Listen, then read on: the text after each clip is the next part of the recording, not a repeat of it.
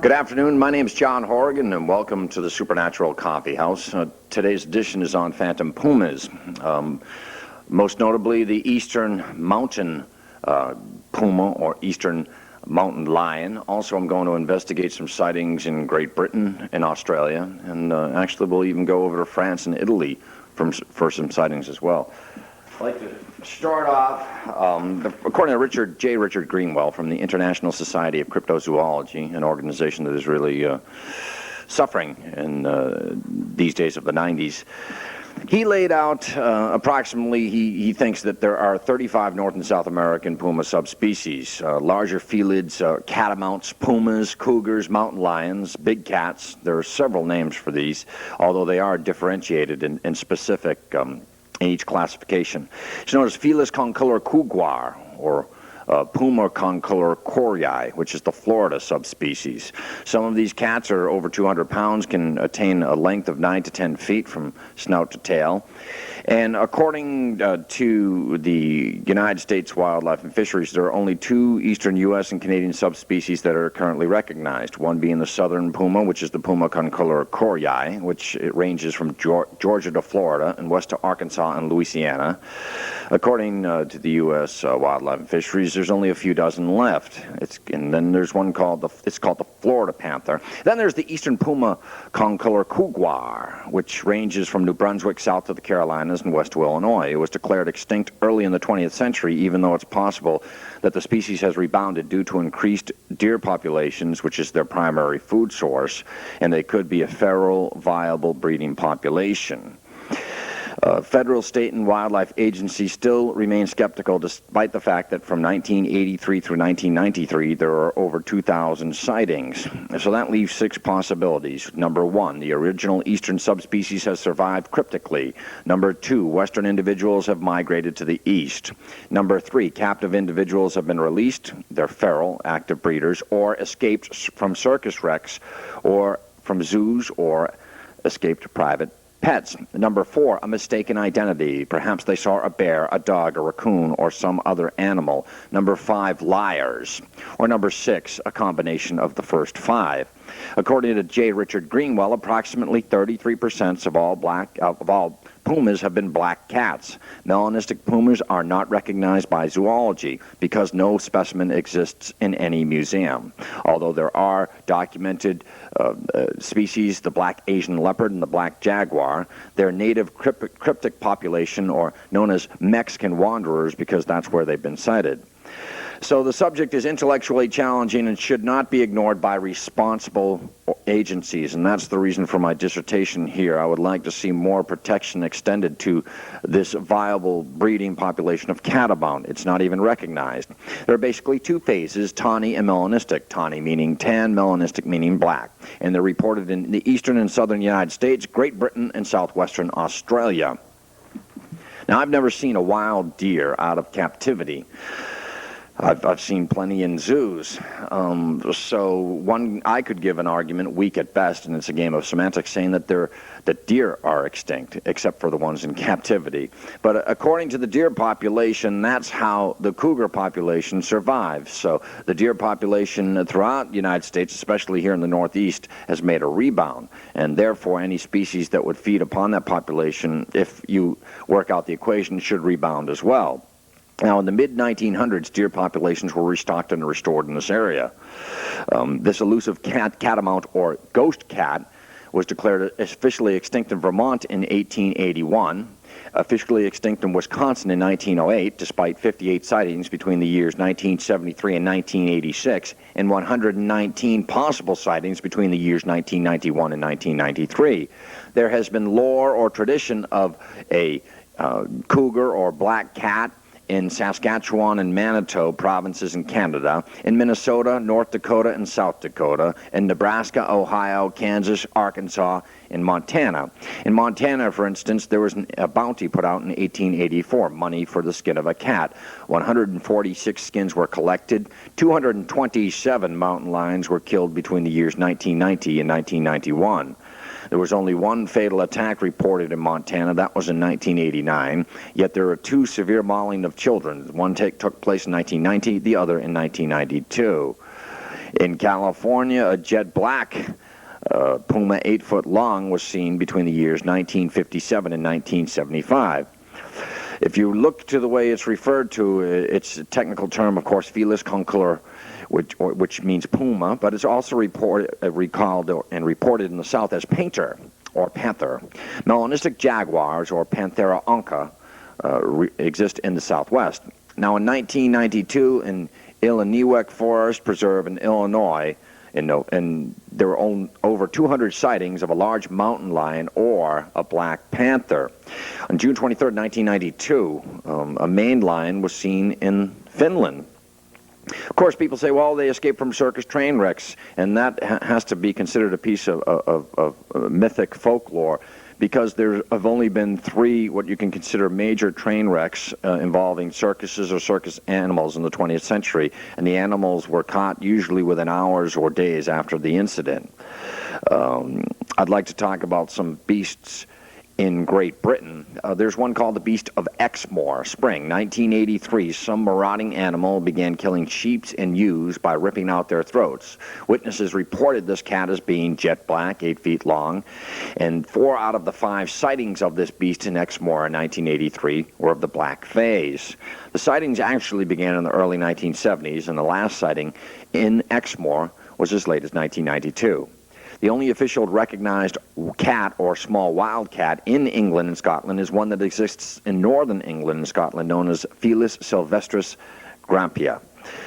Surrey puma, an important puma or black cat sighting existing in traditional British lore. Well, it started in 1963 in southern England, late summer, in Hampshire Park. 1962 was the first sighting by a woman.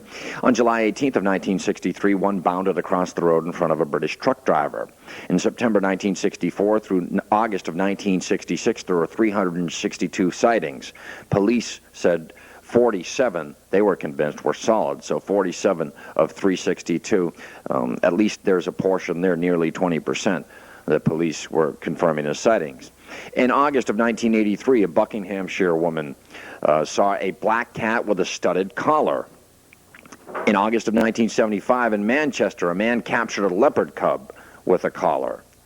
On July 19, 1977, some people saw a black cat bounding about the grounds of a nursing home in Brighton, in the British Isles. On July 26, 1988, a hit-and-run driver near Hampshire killed one, leaving it for dead. This was of the tawny phase. On September 1st, 1966, a Hampshire woman stepped on a tail of one as she was walking down a path in a wooded thicket. The cat turned on her. She thought it was going to pounce on it, but just decided to bound away. On July 29, 1976, there was something known as the Nottingham Lion, whereby 2 milkmen making their routes near Nottingham Airport saw a maned lion cross across a runway in a field and dart off into the woods. There would be 60 sightings of this maned cat in Nottingham, fueled by the press, in the late summer of 1976. In 1994, the Eastern Puma Research Network, P.O. Box 3562, Baltimore, Maryland, 21214, John and Linda Lutz. I've been subscribing to the Eastern Puma Research Network news for quite some time. This is the definitive publication, or the most current and up-to-date publication, in my opinion, that exists today. But in 1994, there were 245 sightings in 20 states, and only 39 were of the black phase. The colors were described as tan, golden bronze, tawny, reddish brown, gray, coal black, and milk chocolate. The total number of sightings by states: Pennsylvania, 70, New York, 34, West Virginia, 24, Wisconsin, 9, Illinois, 11, Maryland, 25, Delaware, 1, New Hampshire, 2, Virginia, 12, Alabama, 2, Maine, 11, Kentucky, 2, Michigan, 5, Tennessee, 6, Indiana, 4, Ohio, 14, Vermont, 5, New Jersey, 2, North Carolina, 2, South Carolina, 4.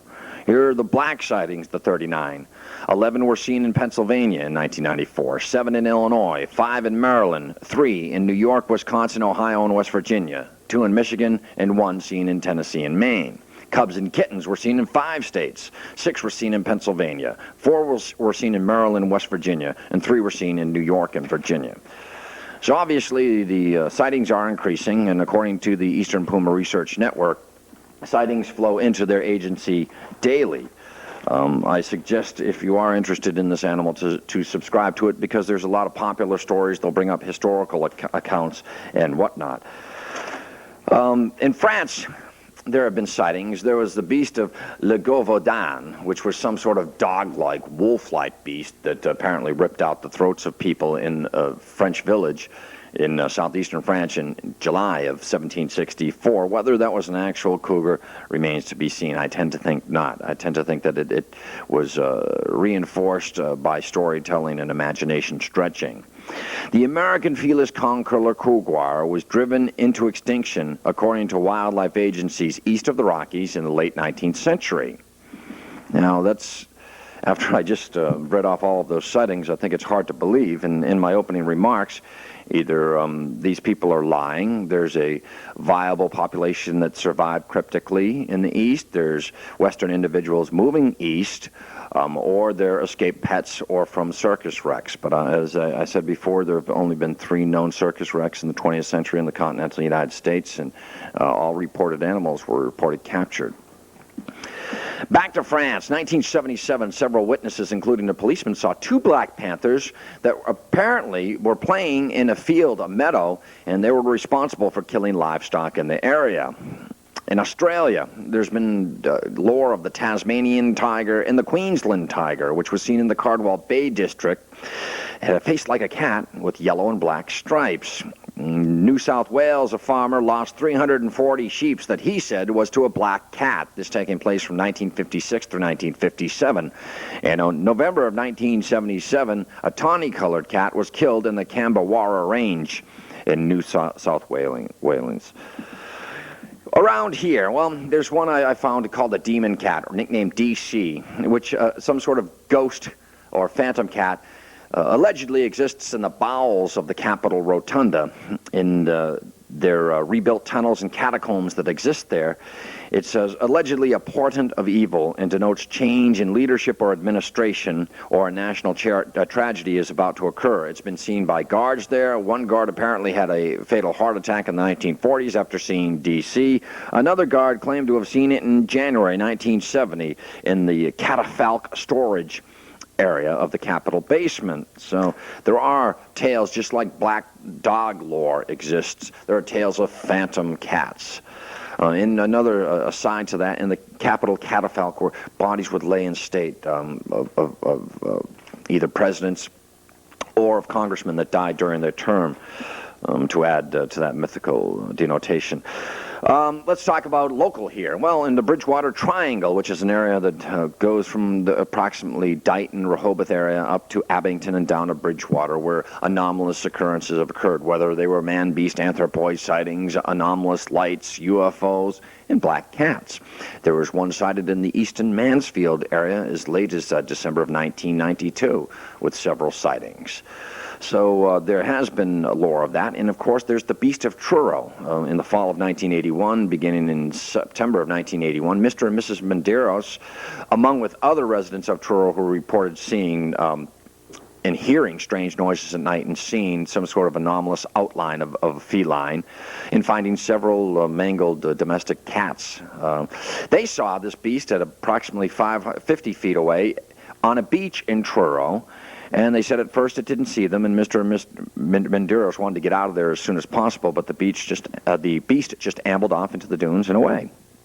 So there is tradition of one in this area, the Medeiros claiming that they had a tail swooping like the letter J and weighed approximately 60 to 80 pounds. Now, it's been explained as an ocelot, or just a small type of mountain lion, as that sighting. 1958, Rome, Georgia. A big black panther leaps against the car of a woman, leaving paw prints. It was a black one. She told authorities about it, and there were the paw prints on the side of her car as she was driving through a forested area. Then there was finally, I'd like to conclude talking about Nellie the lion, which was seen in the western United States, but more centrally located in Decatur Illinois, in the central Illinois region, and beginning in 1917 and existing up until the 1980s.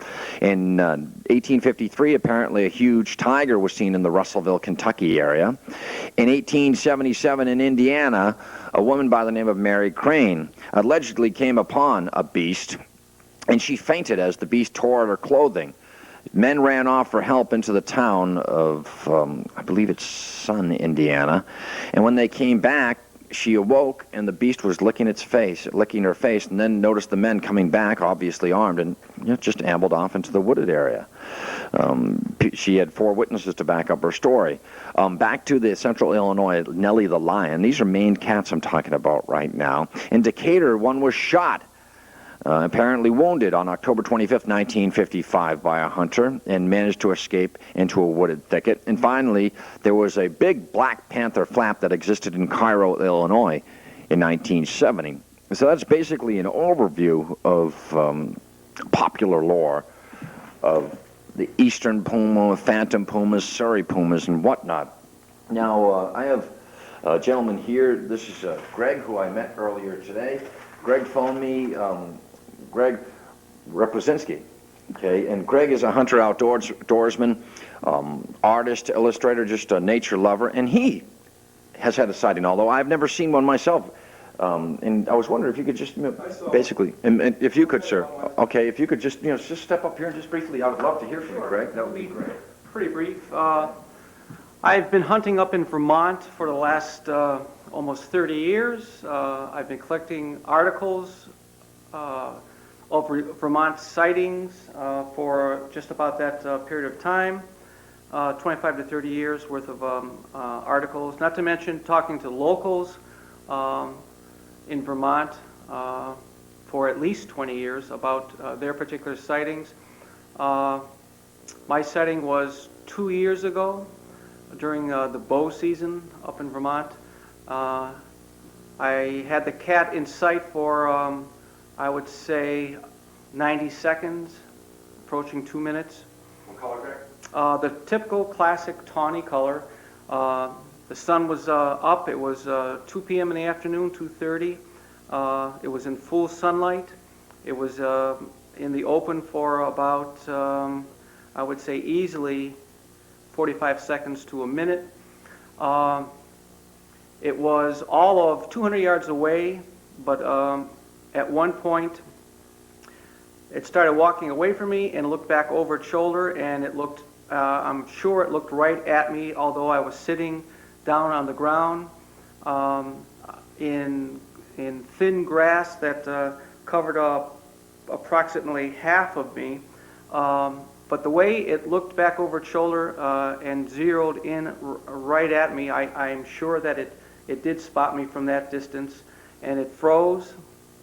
And in typical cat fashion, to my way of viewing it, it started to prance off, stopping again, looking back over its shoulder, and then finally deciding to leave completely, and it went into some thick pines. I sat there for a good 20 minutes trying to decide exactly what to do.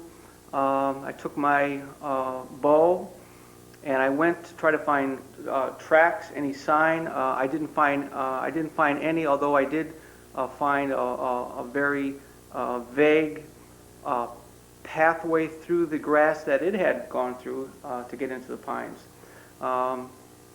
Again, spending many years of tracking deer, looking for sign, trying to identify and understand vague, scarce sign.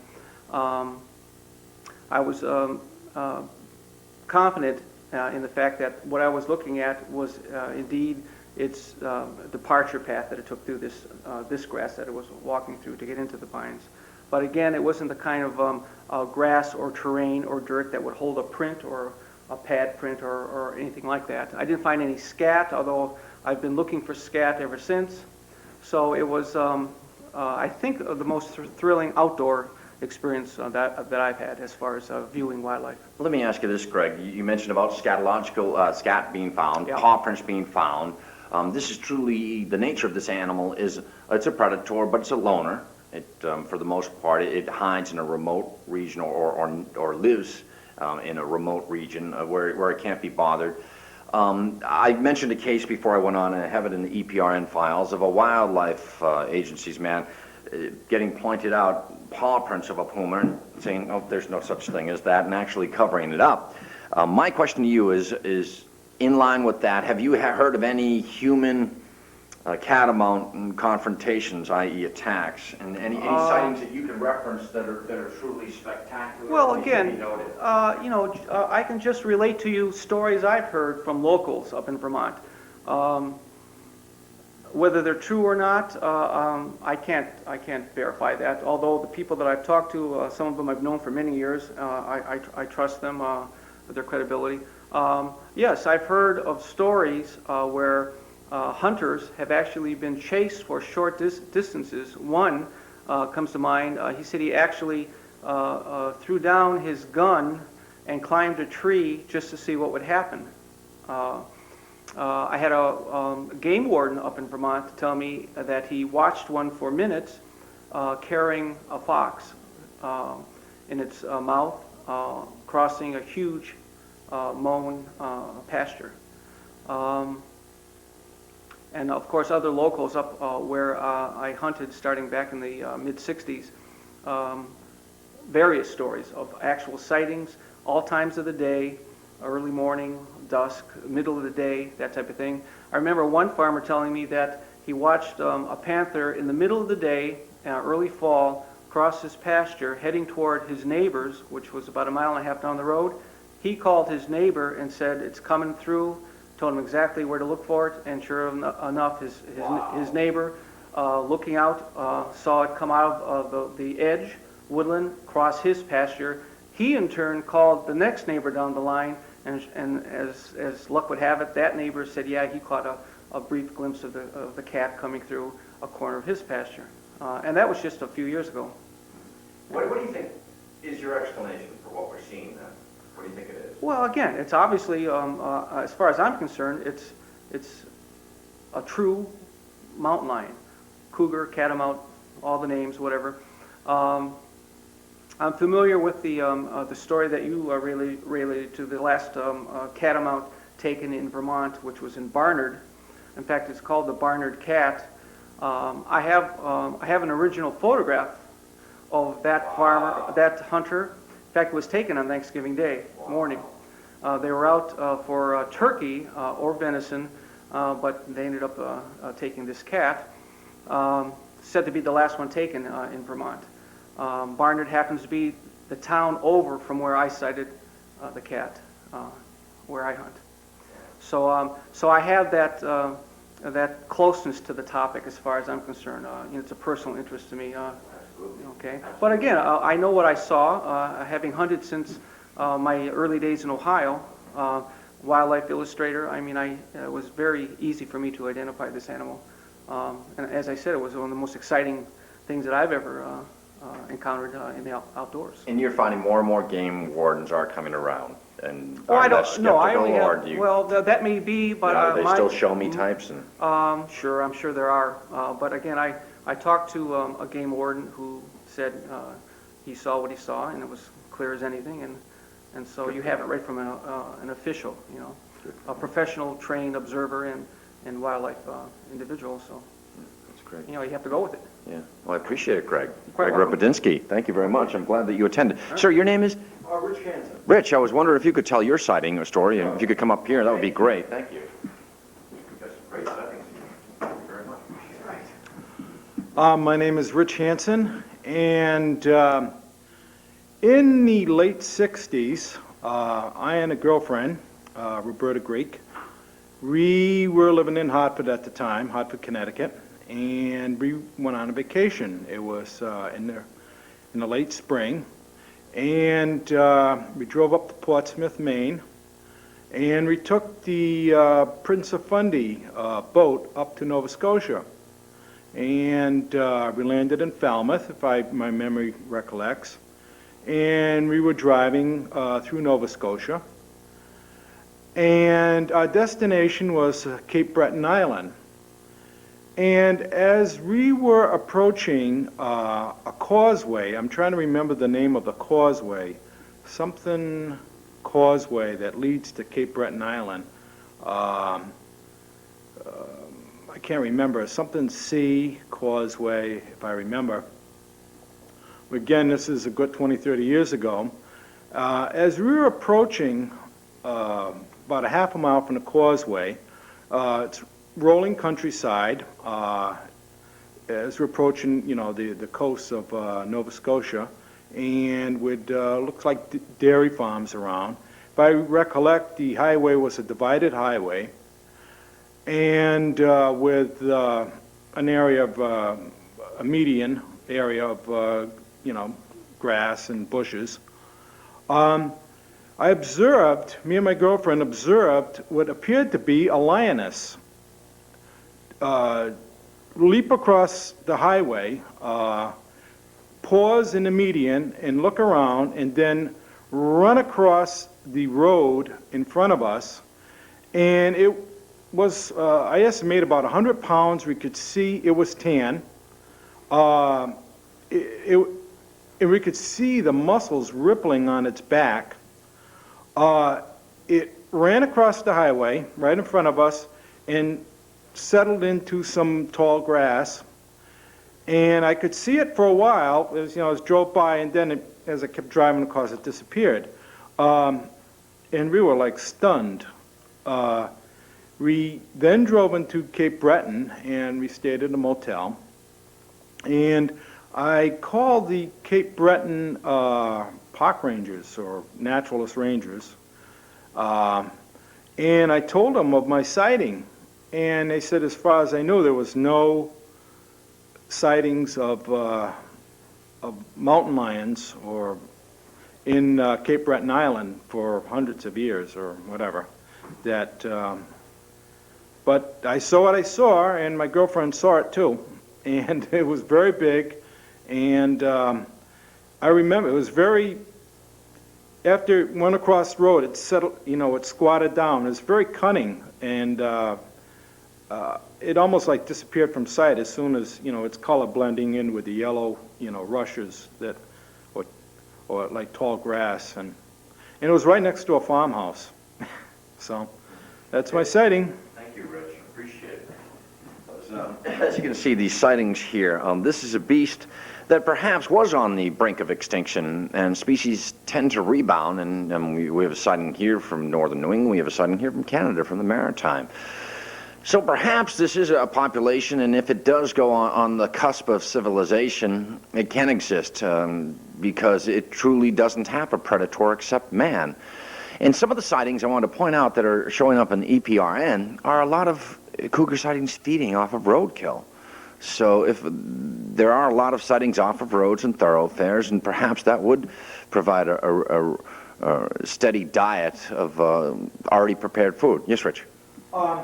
I'd like to point out that this animal, it was sitting in the median strip and it was watching cars go by. It was very aware of cars, very aware of judging distances, and it bounded across the road very skillfully and didn't appear to be a candidate for getting hit by cars. Very clever and good what it's doing. And as Greg points out, these things are lightning quick. And for instance, the sighting you saw with one that some gentleman told you about a fox in its mouth. I have one from Britain with a couple of them seen with sheep in their mouth, or small sheep, lamb. What I think should be happening, it's not recognized by most agencies, although more and more the guys that work out in the forests, whether they be woodsmen, hunters, a lot of sightings come from hunters. Hunters know the woods that they hunt. You know about the deer population. I was just in an airport where deer are a problem running across an airstrip. And because the deer population, and it's regulated here in New England, that would provide an ample food supply. And even if it were just a few dozen individuals, as the wildlife agencies in the United States claim exist in Florida, the Black Panther, the melanistic phase. I think it's funny, people don't understand about the hockey team, why is it called Florida Panthers, and there's always been tradition there. But there's also been anomalous sightings of animals out of place. There's been phantom kangaroo waves in the United States recognized, and those could be escaped pets, let's face it. And it's a tough and elusive animal to capture, just as a cougar is. But when I referenced the woman with a leopard with a collar, that to me tells me that's an escaped pet or escaped from some sort of zoological outfit, and whether that was a tracking device or not. And then a gentleman finding another leopard cub with a collar. So obviously you have to factor in escaped zoo animals, escaped pets, more than circus train wrecks, but also a viable population. And if you blend all of the theories, then that could amount to a breeding population of catamount. Yeah, I should point out too that I just found this out this past spring. Vermont authorities have made it official. The eastern mountain lion is now recognized in Vermont and is protected, both endangered species list. And I'm not sure what the other protection is, but it's official now as far as authorities. Here, Vermont's showing the way. Yeah, so, which is good. Absolutely. Well, it's a beautiful state, and it's got smart people in it, so that's good to see that they're leading the way. But these other instances of this black cat in England, housewives, policemen, clergymen, again, this type of cryptozoologic animal, it shouldn't be cryptozoological. When we go into the vast oceans, the type of lanternfish that we pull up. Look at the species of antelope and deer in the rainforests of Vietnam that were just located in '92 and '93. So it's got to be recognized. I think that the U.S. WF&G has to really dust off its books and revise them, because they're not taking into account all of the sightings. And sure, you get your prolific liars and storytellers, but then when the case that you have where they call their neighbor, they see it, and he calls his neighbor, and he sees it. I mean, what more do you want? And I think that that's the frustration that we have here. I know that we've seen bears come far south here in Massachusetts. My friend is a mailman in Natick and was delivering the mail and turned around one day and a moose ran by. He told people, and nobody believed him for about 6 hours until 4 or 5 people said, yeah, I just saw this huge moose. So these populations will migrate, obviously, for food or for safer habitats. And I think that that has to be recognized. And they are cunning. They're quick and they're cunning. They're not being watched. They're doing the watching. And I think that it's always easier to hide than seek. And I think that that has to be taken into account. These are very smart animals. The entire felid family is a very smart species of animal. Sometimes dogs will start disappearing in the neighborhood. Mm-hmm. And it could be due to a number of things. It could be coyotes, it could be wolf, it could be some sort of catamount. I just think that more and more sightings, because if it's not recognized and there aren't people that are out there hunting them, what do you think? Let me ask you this. Do you think people are bagging them and not telling the poaching, so to speak, these cougars? And if so, what do you think is the yearly take on such a thing? Given the 227 killings that I had back in Montana in 1981, I believe it was. You have to realize Montana is a huge state, and one could get away with that kind of poaching of any animal on Montana because of its ruggedness, its size, and remoteness. A small state like Vermont, number one, what would they do with the carcass once they poached it? From reading early antiquarian hunting books, it's not very palatable to meat, so it's not for the meat that they would poach it. It may be for to stuff the animal in whole and sell it as a rare species mounted. Possibly the skin with the attached skull as a mount, again, to be sold illegally. It would be a legal purchase. I would say no. I would say people aren't poaching them in any number to speak of. That's just my thought. If they did, again, it would be to sell it on the black market as a skin of a rare animal. Let me ask you this regarding hunting. You hunt with a bow. Crossbow or bow? No, crossbow is illegal. Okay, bow. With a bow. Obviously, you have to be more quiet than your armed guy that goes out there with Joe Shotgun, so to speak. What is that? Would this be the most difficult animal for you to take if you were to go out on a hunting spree? So, Greg, can you? Well, spree. It wouldn't be a hunting. I'm saying you went out on a hunt. We'll leave it at that. Sure. And I say. Licensed legal hunt. I'll give you $100. You take a deer. I'll give you. How would I, if I were to bet, if you were a betting man, to say, what would I put on a cougar for you to bag a mountain lion? Well, I have no idea. I mean, just saying, it's impossible to kill because, not impossible to kill, but it's a difficult kill because it's such an elusive You feline. have to realize, you have a human hunter hunting an animal hunter. I mean, they're predators. Okay, They're good point. hunters too. Excellent point. Whereas a deer is a grazing animal, similar to cows or cattle, okay? Number one, the white-tailed deer, North American white-tailed deer is the hardest animal to hunt. The success rate on a white-tailed deer is very low for both gun and bow hunters. Of course, lower for a bow hunter. Okay, it's somewhere around 2.5% success ratio for a bow hunter for a deer. I would assume that a cat would be even more difficult to hunt with any success, mainly because it's a hunter too. It knows how to use its cover for concealment. It's extremely quiet. It's very low to the ground, lower than a deer even. I would say it'd be most difficult. I would say you'd stand a better chance trapping one than you would hunting one. I think another point, you mentioned Montana, the style of hunting out there in the country is different. The country is open. People in Montana, they may use snowmobiles, they may use cross-country motorcycles, jeeps. They usually have a pack of hounds with them. And so a cougar or a mountain lion out there is an open country. He can be tracked by... And cornered, because that's the triangulated. But, and with, groups of hunters on dirt bikes with walkie-talkies and packs of dogs, they can be bagged there. But here, the lone hunter, without dogs, without open country, and the country is very rolling and hilly. It's all fenced off. A lot of land is inaccessible because it's private posted land. I think the chances of even spotting, is much more camouflage here than the open country of Montana. So I think that could be one of the reasons. You don't have packs of hounds chasing animals in the woods here in New England, not usually anyways. 15 lions, mountain lions, had escaped from a facility, I want to say Nebraska, but I think it may be Idaho. I know it was Idaho, north of Coeur d'Alene. 15 of them. One mauled a child. They killed all 15. This is just happening within the last 4 weeks. Infrared from helicopters. Okay, exactly, yeah. And so These were mountain lions or African lions? I believe mountain lions. I have the article cut out. I didn't bring it with me, but 15 in an Idaho research compound escaped, which seems odd that 15 can escape, although if one finds it out, I'm sure the other 14 are intelligent enough, and they were killed. Any references, though, of any interaction between humans, fatal or casualties between humans and cougars? In other words, these don't attack, these animals don't attack unless they're provoked, correct? They wouldn't have any sort of random assault. What the Fish and Game people will tell you, and I've heard it and read it for many years, no healthy animal in the wild will attack you for no good reason.